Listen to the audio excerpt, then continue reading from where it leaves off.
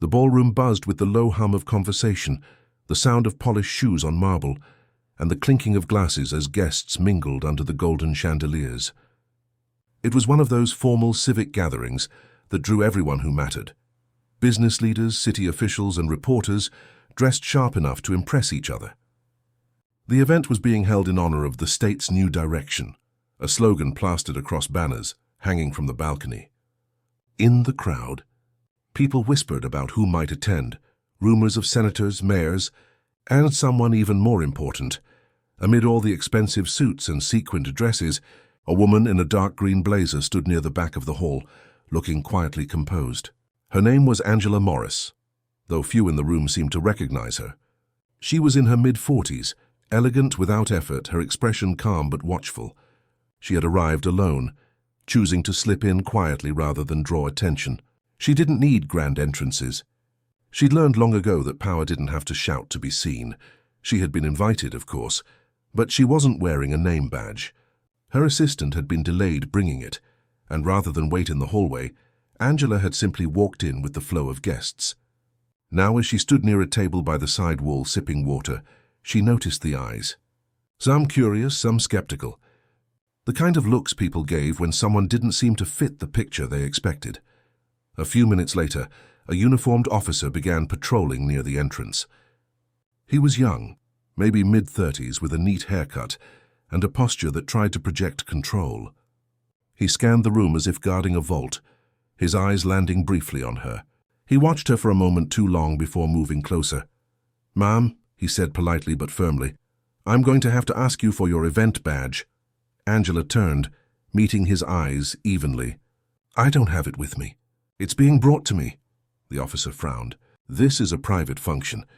Only authorized guests are allowed beyond the lobby." "I understand," she said calmly. "I was invited." He glanced around, his voice dropping slightly. "Invited by who?" "The committee," she said, still patient. He gave a tight smile that didn't reach his eyes. "Right, I've heard that before. I'm going to need you to step outside until we can verify that." Several nearby guests were beginning to notice the exchange, their conversations softening into a hush. Angela stayed still, her tone even. "Officer, I assure you I'm supposed to be here." "I'm sure you believe that," he said, gesturing toward the door. "But this isn't optional. Let's go." The sound of his voice, clipped and sharp, carried farther than he realized. Heads turned. The bartender looked up. Someone whispered, "What's going on?" Angela took a slow breath. "If you'll give me 1 minute, I can clear this up," he sighed, impatience creeping into his tone. "Ma'am, I've been doing this long enough to know when someone's where they shouldn't be." "Let's not make a scene." That last line stung, not because of the words, but because of the familiarity. She'd heard versions of it her whole life. Calmly, she set her glass down and folded her hands in front of her. "Are you sure you want to do this here?" "I'm sure I want to do my job," he replied curtly. From the far side of the room, a few organizers were beginning to approach, alarm spreading on their faces as they realized who the officer was talking to. But before they reached them, the host took the microphone at the podium. "Ladies and gentlemen," his voice boomed through the speakers, "thank you for joining us tonight as we welcome a new era of leadership for our great state." The room quieted instantly. Angela's eyes flicked toward the stage, her expression still composed. The officer, unaware, moved a step closer. "This way, please." The host smiled broadly, gesturing toward the back. "And now it is my honor to introduce someone who needs no introduction, our newly elected governor, Angela Morris." For a second, the world stopped. The officer froze mid-step, his hand halfway raised, his face draining of color. Every whisper in the room fell silent as dozens of heads turned toward her. Angela didn't move. She met his wide, horrified eyes and spoke softly, almost kindly. "Now you understand why I asked if you were sure."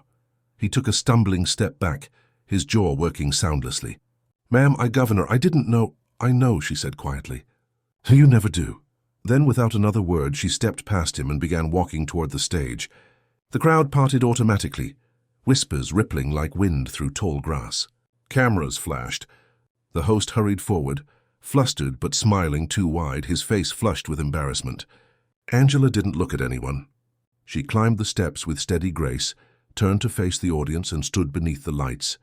For a long moment she didn't speak. The room was utterly still, every pair of eyes fixed on her. When she finally began, her voice carried calm, clear, unshaken. "Before we talk about progress," she said, glancing briefly toward the back, where the officer still stood, "let's remember what it looks like in practice." The line wasn't angry. It was measured, deliberate, and it hit harder than any reprimand could. She paused, then smiled faintly. "Now let's begin." The silence after her words felt like a held breath. Then, as Angela began to speak, the tension softened into quiet awe. She didn't mention the officer again. She didn't need to. The moment had already spoken for itself. Instead, she delivered her speech with the same composure that had carried her through every challenge in her life. Measured, thoughtful, and anchored in purpose. "I stand before you not because of where I came from," she said, her voice steady, "but because of the people who believed we could build something better.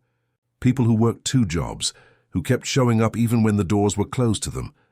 I'm here for them. And for those who still don't believe this country has room for someone who looks like me, standing in this spot." Applause broke through the room, starting cautiously, then growing into a wave. Angela smiled, not out of pride, but gratitude. She had been through worse storms than embarrassment, years of being doubted, dismissed, and underestimated. But she'd learned long ago that dignity didn't come from how people treated her. It came from how she responded. From the back of the room, the officer, still rooted in place, looked pale and shaken. The organizers who had recognized her earlier whispered something to him, their expressions stern. He nodded numbly, adjusting his uniform like it could hide the humiliation creeping through him. But Angela didn't look his way again. Her focus was on the audience, on the state she now represented. When the speech ended, the crowd rose to their feet. The applause was thunderous, genuine, not polite. Angela thanked them with a nod and stepped away from the microphone. As she walked down the stairs from the stage, the host rushed to her, stammering apologies she didn't stop to hear. Her assistant, a young man named Eric, appeared beside her with her name badge and an expression that was half panic, half relief. "I'm so sorry, Governor," he whispered. "They wouldn't let me through security fast enough. I should have been here sooner." "It's fine," she said softly, slipping the badge into her blazer pocket without looking at it. "Everything worked out exactly as it should," Eric blinked. "That officer, he had no idea who you were." "That's usually how lessons begin," she replied quietly. A line of reporters waited near the edge of the stage, cameras ready, hoping for a statement. Angela smiled politely, waved them off, and began walking toward the exit. Her security detail followed at a respectful distance. As she neared the door, she saw him again. The same officer, now standing alone by the side wall, his posture smaller, his voice gone. He caught her eye for just a second and opened his mouth as if to speak. Angela stopped. Not to embarrass him, but to make sure he saw her clearly. Not as the woman he had dismissed, not as the governor, but as a person. She stepped closer, her tone soft but firm. "Officer, what's your name?" He swallowed hard. "Collins, ma'am." "Officer Collins. Officer Collins," she said, her gaze steady. "You did your job the way you were taught, but I need you to start doing it the way you were hired to, by seeing people before assuming who they are." "Yes, ma'am," he said quickly, his voice low, sincere. "I'm sorry, truly." She nodded once. "Then prove it. Tomorrow when you put that badge on again, remember this moment. Don't let it make you ashamed. Let it make you better." He blinked rapidly, nodding again, unable to find words. Angela extended her hand. He hesitated, then took it. The handshake was brief but heavy with meaning. When she walked away, he stood still for a long time, watching her disappear into the hall's corridor. Outside, the evening air was cool, carrying the faint scent of rain. Reporters called her name from across the parking lot, but Angela didn't stop. She looked up at the sky, feeling the first soft drops on her face. Moments like that one, the quiet, uncomfortable ones, were where real change began. She got into the car, waiting for her, the driver holding the door open. As they pulled away, she looked out at the city skyline through the window. Her reflection stared back, strong, composed, and steady. She thought of her mother, who had worked as a nurse for 30 years, always telling her, "Don't fight for people to see you. Work until they can't ignore you." Angela smiled faintly.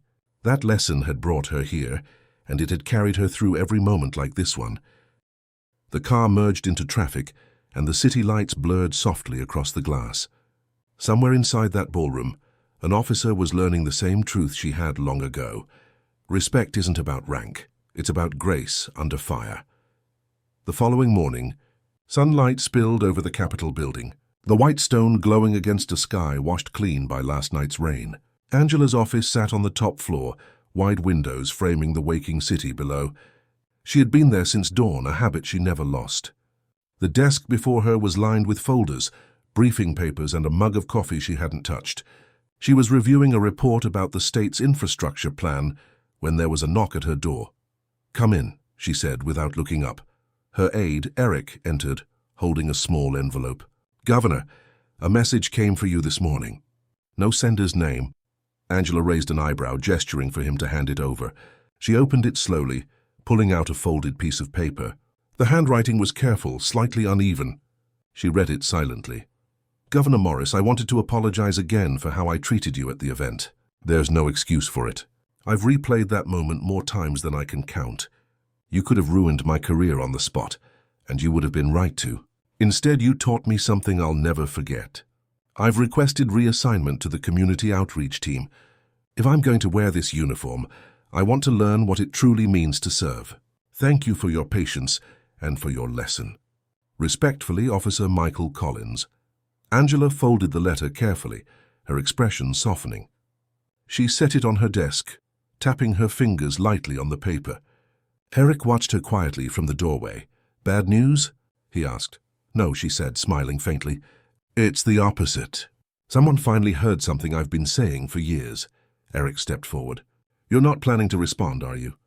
She looked out the window at the city. "Not in writing, but I'll make sure he knows it mattered." The rest of the morning moved in a blur of meetings, calls, and policy reviews. Angela's schedule was full, but her mind wandered occasionally to that brief moment in the ballroom. The officer's trembling voice, the way the entire crowd had gone silent. She hadn't planned to make a point that night, but sometimes moments found you before you found them. Later that afternoon, she visited the state's police training academy, a trip that had been scheduled weeks earlier, but now carried a deeper weight. The cadets stood in straight lines on the training ground, their uniforms crisp, their faces young and eager. The academy director, an older woman named Captain Ruiz, greeted Angela warmly. "Governor, we're honored to have you here." "The honor's mine," Angela said, shaking her hand.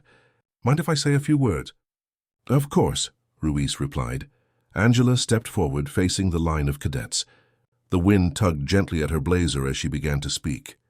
"I know what most of you are thinking. You're here because you want to protect people, because you believe in justice. But what I want you to remember is that protecting people starts with seeing them clearly." The young faces before her were focused, attentive.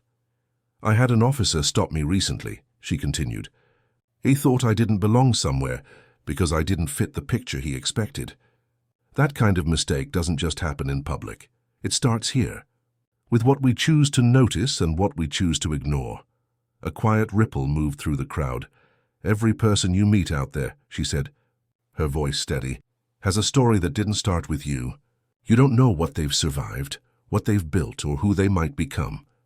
You might be talking to a teacher, a nurse, a veteran, or the next governor. And if you treat them all with the same dignity, you'll never be the one standing ashamed in a room full of people watching you realize what you missed." The silence that followed was deep and thoughtful. Even Captain Ruiz's expression had softened, her eyes shining faintly. When the speech ended, the cadets applauded, not out of obligation, but because they understood something had shifted. Angela shook a few hands, exchanged polite smiles, then began walking toward her car. The air smelled faintly of cut grass and spring dust. "Governor Morris," a voice called behind her. She turned.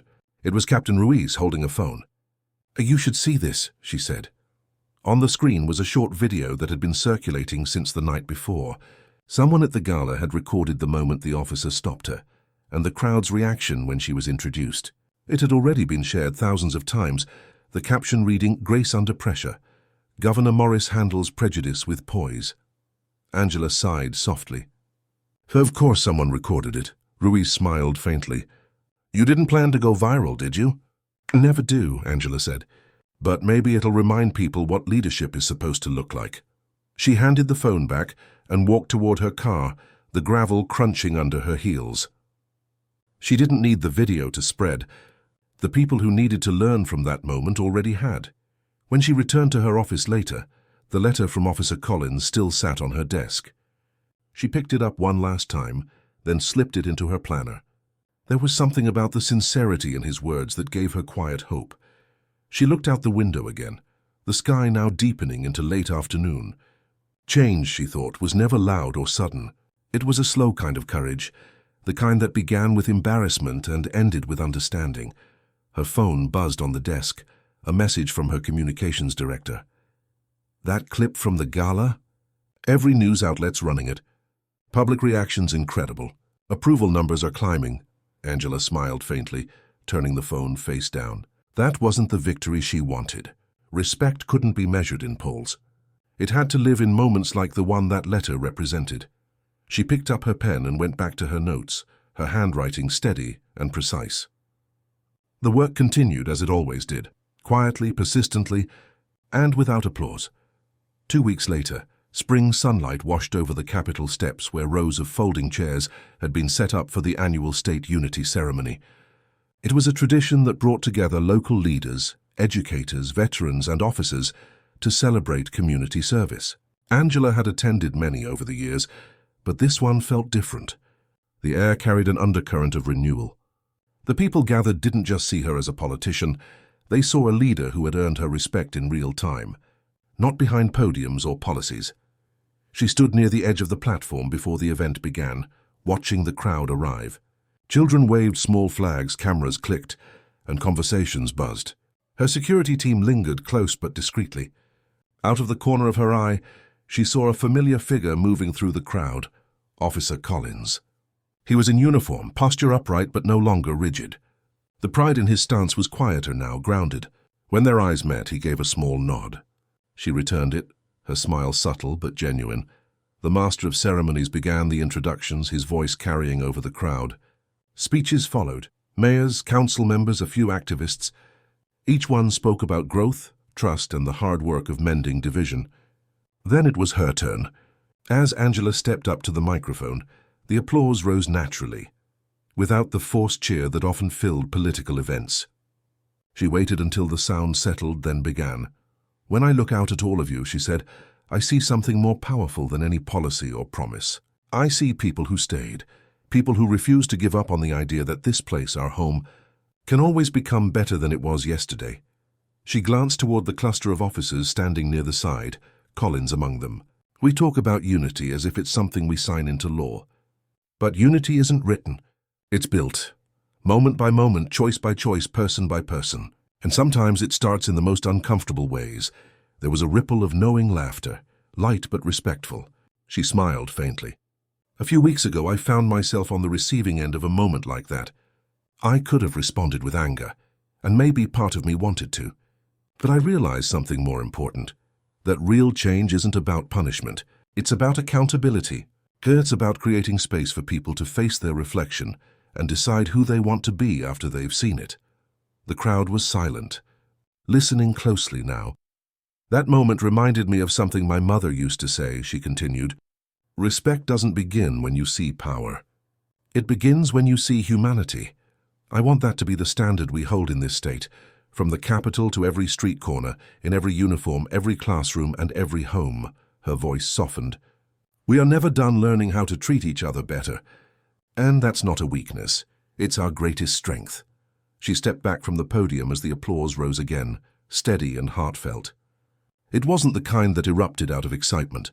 It was quieter, deeper, the kind that came from understanding. After the ceremony, people lingered to shake her hand.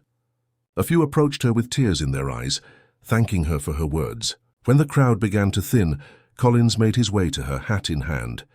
"Governor," he said quietly. "Officer Collins," she greeted warmly.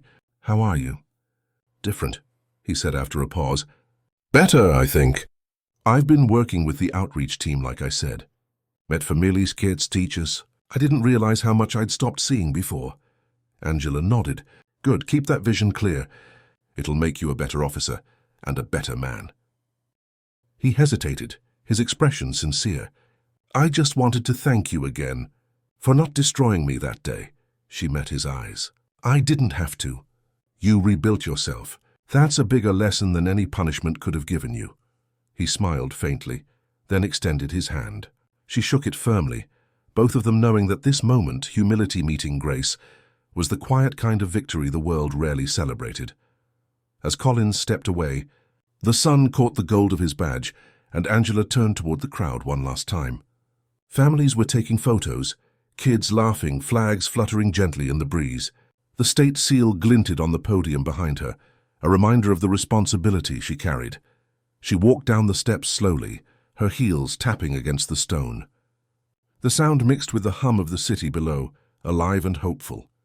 She thought about how every chapter of her life had started with someone doubting her, and how every time she had answered not with fury, but with composure, because real power, she'd learned, wasn't about being loud.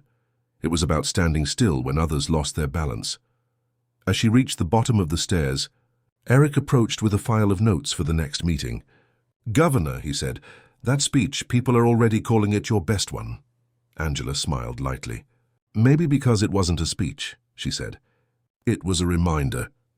They walked toward the waiting car, the breeze warm now, carrying the faint echo of applause behind them. Angela glanced once more at the steps of the Capitol, sunlight pooling over them like a quiet benediction.